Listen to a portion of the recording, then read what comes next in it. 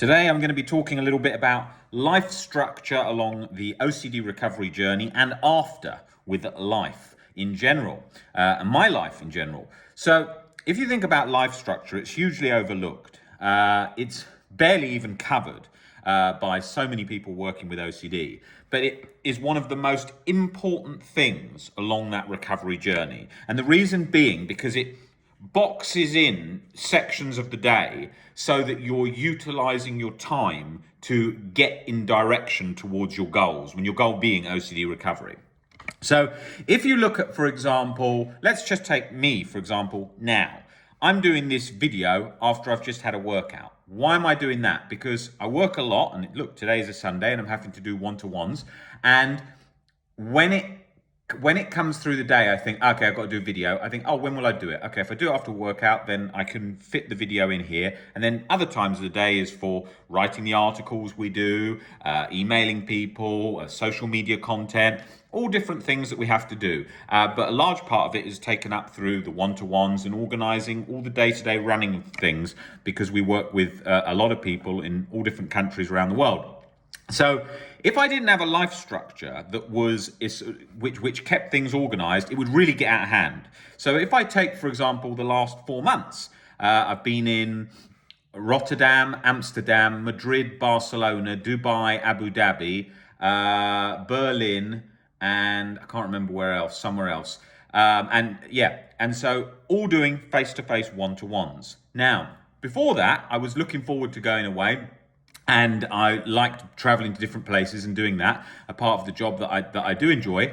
And then what happened is when I wanted to get back, because when you're away from home for a while, you think, oh, it's nice to get back. It's nice not to be staying in hotels all the time. And that's what happens, and those things change. And that's something when I'm doing that, I have to be strict with life structure, because if you're staying in hotels, you can easily crap food and you can easily not work out. All right, there was gyms in the hotel, but you can still be busy and think, oh, I won't go to the gym. So what do? Throughout the day, a lot of my baseline stuff for keeping fit is doing things like press-ups, planks, sit-ups in the room or in this living room here when I'm at home. And I do that because then there's a baseline structure throughout the day. So I never have that mental block which says, oh, I haven't got time to work out right now. I always think, have you got time to do 10 minutes right now? Press-ups, whatever. Yes, go for it. No mental barrier. And that's building a great life structure so that you're fit, you're feeling fit in general, and there's no sort of mental blocks because it's all habits, loads and loads of habits. I remember when I had really bad OCD, you could easily get out of just brushing your teeth at night because you think, oh, it's nighttime, I don't want to brush my teeth now. I'll brush them in the morning. I'm too tired. I'm too fatigued. And then you've got into a habit of not brushing your teeth once a day. That's a very common one for a lot of people. So by putting those habits in is key. The same as if I think, oh, I haven't spoken to some friends for a while. I might do those when doing a walk, when I want to get some exercise done. That's key, because then you're fitting your life structure that's supporting your life. Otherwise, people always say, I haven't got time. And the way I always view that is if prime ministers, if Elon Musk, all these people can have time to do all the things they do, we've certainly got time to do the things that we do, no matter how much is on the cards, whether we're a mum, dad, whether we've got people that are ill in the family, whether we're setting up a business, whatever we're doing, we can make time. And that's so important to everything in terms of life goals. And it certainly is for OCD recovery. I can't tell you the number of people that come in that sit in dimly lit rooms playing Xbox. That ain't a good setup for life. That's not a good life structure. But so many people fall into that category because they're tired. They don't want to have the mental stress of going through all that when they're struggling. So they think, I'll just sort of zone out on the Xbox, and then you get them smoking weed. Then they're smoking weed as well. You hear that. Loads of people come in and say that. And that is the all and vicious cycle of not achieving and doing things. So it's so important to get into a habit of eating well, working out, doing things in recovery, reading the books, 10, 20 pages a day, instead of viewing it like, I've got to do a chapter and then putting it off. Mental barriers. You've got to break things down into small sections, because then what happens is it becomes in your mind a lot more easy to manage. If it's not in your mind like that, what happens is you tend to get into this position of just putting everything off and procrastination. And so break it down in small chunks, you get things done. Nick reads a huge number of books each year. I mean, a very, very large number of books. And he does that by just picking up a book all throughout the day, just a little bit here, a little bit every morning, 10, 20 pages, and it builds up and compounds. And that's how he does that. And I think what you want to be thinking about in life and the recovery journey is you've got to look at what your goals are, and you've got to think, how am I going to fit this stuff in? How am I going to do this? Instead of goals and then just going through your daily life structure and expecting the goals to happen. They won't. They will not happen like that. You have got to go through and break down the path. And that's the same with OCD recovery. If it's exposures, when are they being done? How long have you been putting them off for? If it's breaking down beliefs and looking at what those beliefs are and where you've been stuck, breaking those down, paper and mentally. Or if you're just doing them mentally, spending time to think about that, spending time to look at that. This is key, otherwise it doesn't get done.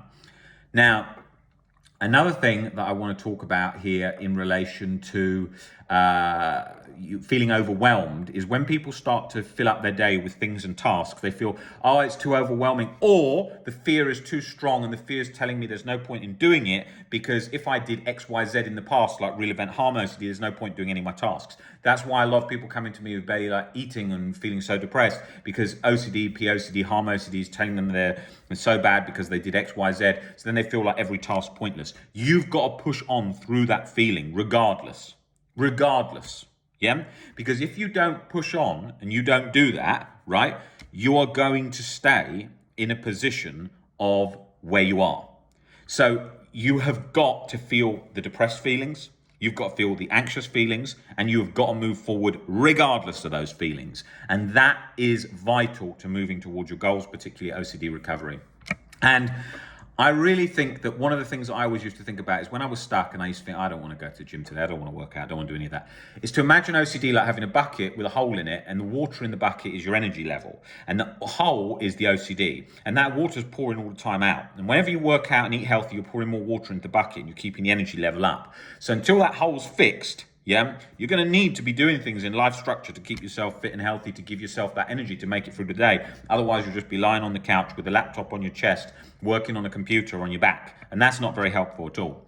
Now, when I get to people's houses, for example, when I was working with someone very, very intensive, which I often do, and they're housebound, for example, you look at the life structure, you can straight away see the problem. What time did you get out of bed? I got out of bed at 1 o'clock in the afternoon. What time did you go to bed? Oh, I stayed up watching just films on a laptop till about 6 in the morning.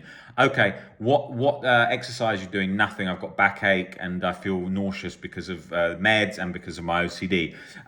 Okay, have you done any reading? No, it feels too tiring and I can't get in a sentence when I'm looking at the books because none of it's going into my head and I just feel too zoned out. Right, then they're constantly wanting to talk only about the fear. So like that's another thing. When I'm working with people with one-to-ones, they only want to talk about the specific fear to either confess, vent, or reassure in some way, right? So we've got to look at, I have to immediately look at, dissect what the problem is, what the core fears are, look at what structure changes have to be made, look at what things in their life environment has to change. Maybe they've got a mother who's colluding with OCD and doing lots of reassurance compulsions, changing that dynamic, making those tweaks till we get on the steps towards recovery. And that's key. And that has to be done from all different angles, not in the angle that they think, which is, I just need reassurance on this and then I'll be fine. No, you won't. That thing is just the tip of the iceberg. There's all the other bit underneath that's fueling the whole cycle. Do you see what I mean? So that's so key. I mean, like say someone with HIV fear and they've got fear, let's think of one way that HIV might present itself. They might think, oh, they've had a needle stick in the street because they felt a prick in the skin. They may be asking me, hey, have you ever had this sensation? Oh, when you were walking down there, did you feel this? What would you do if you did this? What would you do if you were me? All of these sort of compulsion questioning. And that comes in verbally when they're interacting with me, and we've got loads of things they want to talk about, which are the venting and the compulsive things, and then the other stuff, which is difficult and facing out a discomfort and all the things that they've been avoiding, they don't want to talk about, but that's exactly the area we need to get into. So that is what the journey is like. That's what it's like. It's difficult. It's like it's really, a grind when you're starting out with people, because they're wanting to do everything to avoid the cycle, to avoid the recovery in many ways, even though they want to recover because it involves discomfort in so many areas. They're sort of pushing and edging away from that. One of the great things about this job, and why I absolutely love what I do each day, and is this: when you're interacting with people and you start to see their thinking changing, you see that moment where they're going from that locked up state, which we were all in, specifically me with chronic harm OCD in the past, and you notice that just releasing bit by bit by bit. And that's not something you just see bang in one light bulb moment, even though they might say that at times and say, oh, I just had a light bulb moment there. It's a gradual fading bit by bit by bit. I like a Momin was saying today about an analogy. He was saying, like, when you break up with someone, at what point there's not like a moment where you're like, I'm over them. It's like a gradual transition and you can't pinpoint exactly where. And that's very much like the OCD recovery journey. And so in the nature of the job, you've got the pressure of the family, like when they're going to recover. You've got the pressure from them and like, when am I going to recover? And then you've got like you having to make sure that the work's done and make them do it and make sure they keep up the homework and make sure they do the things between the sessions, because that's what it's all about. You can't just come into one session once a week and then talk a bit and then go back to all the negative habits. It's like going to a lecture about working out in the gym and then never go into the gym.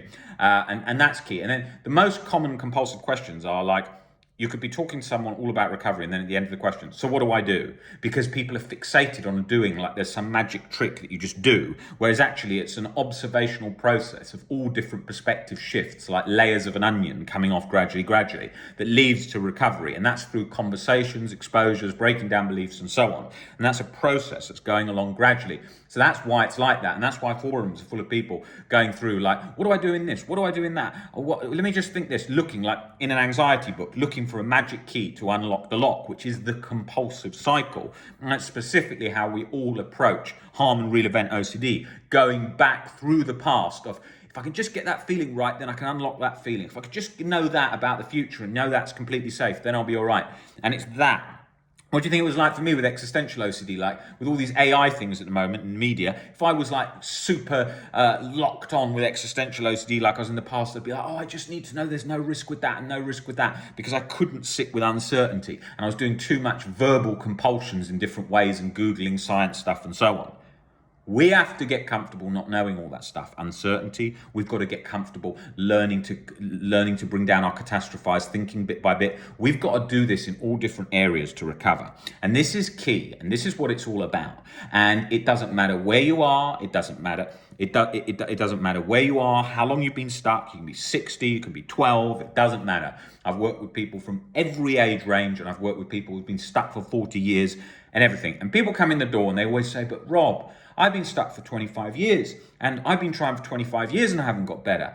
And I always say, you were trying to learn French whilst having studied Spanish all your life. That's literally what it's like. Because people, until they've got the tools and they're starting to learn the tools, you ain't got a chance of recovering. It's like trying to recover from contamination OCD without ever knowing about exposures. How the hell would you recover from contamination OCD without exposures? And I get asked that question all the time. Is there any way I can recover from contamination OCD without exposures? No. You're gonna have to face that discomfort and have gratitude that today we live in an era where we know what things to do to recover in relation to contamination OCD right there being exposures. Well, we know how to recover from all different fears, but I'm saying specifically with contamination OCD, we know that exposures get right into the core there. But they're not the only thing, because people have irrational beliefs and catastrophized thinking all about the associated fears, harm, taking risk, responsibility, but exposures tend to get in there to the main bulk of contamination OCD. It is very important to remember these parts of the journey. Otherwise, we can get disheartened and beat ourselves up and say, why are we not recovering yet? Why haven't I improved? It's a process. Some people come in a couple of sessions, they're like, I feel like my life's better. Thanks, Rob. Amazing. Can't believe this. Right. You have other people, 1, 2, 3 years. My recovery journey was not something 1 month, 2 months, 3 months. It was something like 18 months, 23 months, 26 months, till I was like in a very, very, very good place. I was really bad. I had chronic harm OCD 24/7, all day, sort of like internal torture in my head, existential, solipsism. There's bare theme I didn't have. Sensory motor, existential, solipsism, fear after death, pain after death, all this stuff. to recover, OCD is like a resilient treatment-resistant antibacteria. That's what it feels like. You've got to be persistent. You've got to practice. You've got to practice. You've got to practice. You can recover. Your brain's not broken, but you've got to put in the work and you will get there.